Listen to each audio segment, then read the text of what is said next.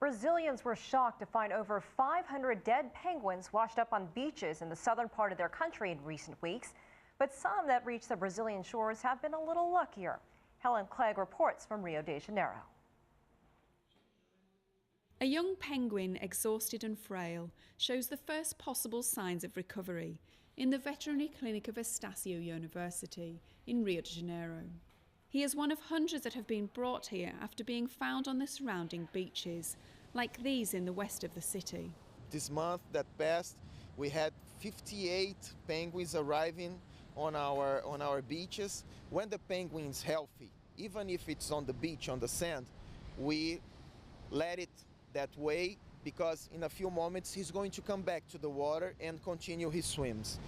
But if we notice that the penguin is weak, he's not so good, not so healthy, in this case we take him to the environment protection. The Magellanic penguins from southern Argentina arrive in Brazil after becoming disorientated while searching for food and carried by the strong maritime current. It is a marathon 5,000-kilometre swim.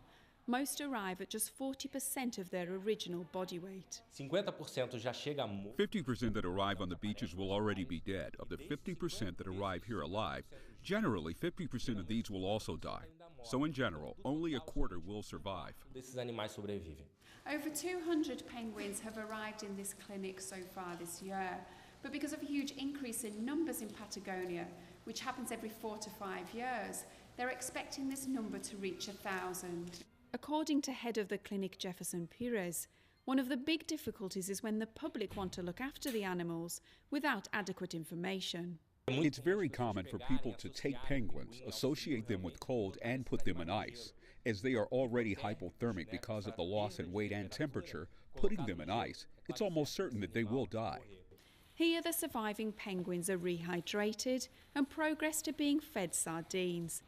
For these penguins up on their feet, it's a sign that they're on the mend and can eventually return to the water. For us to see these animals set free again is the best thing in the world. Helen Clegg, CCTV, Rio de Janeiro.